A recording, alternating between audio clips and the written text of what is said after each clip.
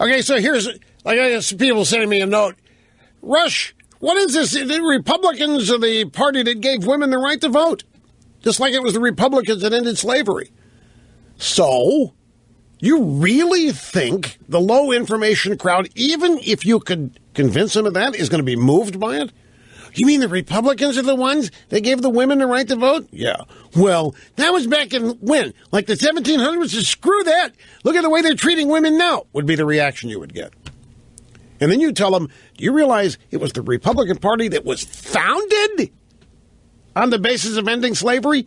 And Abraham Lincoln was the president during the Civil War? Well, maybe. But that was then and this is now. You can't find a single Republican that doesn't hate African Americans today. And that's what you would get. So all that historical stuff, the truth, not a factor. Let's face it, folks, that's why so many people are frustrated with, well, not just politics, a whole lot of other aspects of life. I mean, none of those things are taught in our public school system anyway. And if you, I bet you that the whole women getting the right to vote thing in public schools today probably implies that Republicans were the opponents. And there's no question that public education today continues this folly that it was the Republicans who were opposed. I'll give you another example. It's right out of the news today. On Sunday, the New York Times had this huge story that 158 families in America are responsible for funding over half of the money spent on presidential campaigns. And guess what? They all are Republican. So it said. It did not mention any of the wealthy Hollywood liberal Democrats.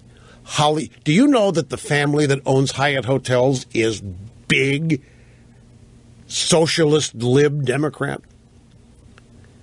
Just one, all of Wall Street, take your pick, any Wall Street firm, 9 out of 10 of them, and the people that work there, multimillionaires giving to the Democrats, not one of them.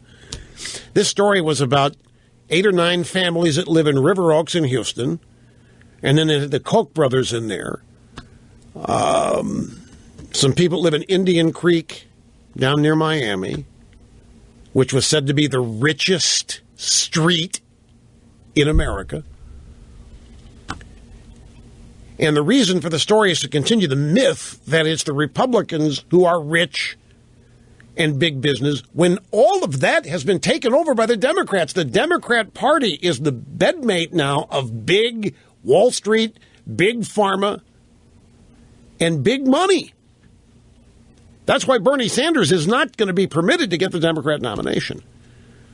But the New York Times just ran a totally bogus story about who it is that's paying for funding, underwriting presidential campaigns.